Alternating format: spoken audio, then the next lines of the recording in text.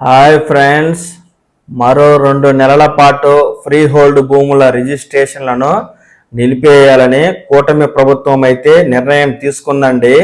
దీనికి సంబంధించి పూర్తి సమాచారం ఈ విధంగా ఉంది.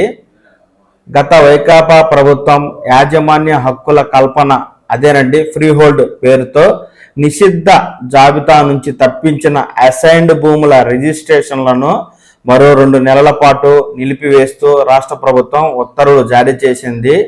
20 ఏళ్ల గడువు ముగియకున్నా, క్షేత్రస్థాయిలో భూమికి లబ్ధిదారులు లేకున్నా, ఇతర ఉల్లంఘనలు జరిగినా వాటిని పరిగణలోకి తీసుకోకుండా లక్షల ఎకరాల అసైన్డ్ భూములను గత వైకాపా సర్కార్ నిషేధిత జాబితా నుంచి తప్పించేసింది. ఈ క్రమంలో భారీ స్థాయిలో అక్రమాలు చోటు చేసుకున్నట్లు ప్రభుత్వం ప్రాథమిక విచారణలో తేలింది. దాంతో గత ఆగస్టు నుంచి ఫ్రీ హోల్డ్ భూముల రిజిస్ట్రేషన్లను ప్రభుత్వం నిలిపివేసింది. కొనసాగింపు ఉత్తర్వులను నవంబర్, డిసెంబర్లోనూ ఇచ్చింది. ఇప్పుడు వీటికి కొనసాగింపుగా తాజాగా జారీ చేసిన ఉత్తర్వుల్లో మరో 2 నెలల పాటు రిజిస్ట్రేషన్లను నిలిపివేస్తున్నట్లు రెవెన్యూ శాఖ పేర్కొంది.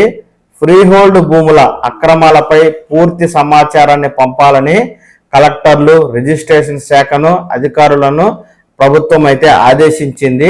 ఈ నేపథ్యంలో ఇప్పుడప్పుడే ఫ్రీ హోల్డ్ భూముల రిజిస్ట్రేషన్లను రాష్ట్ర ప్రభుత్వం చేయబోదని, ఈ నిషేధం మరికొంతకాలం కొనసాగించే అవకాశం ఉందని స్పష్టంగా తెలుస్తూ ఉంది.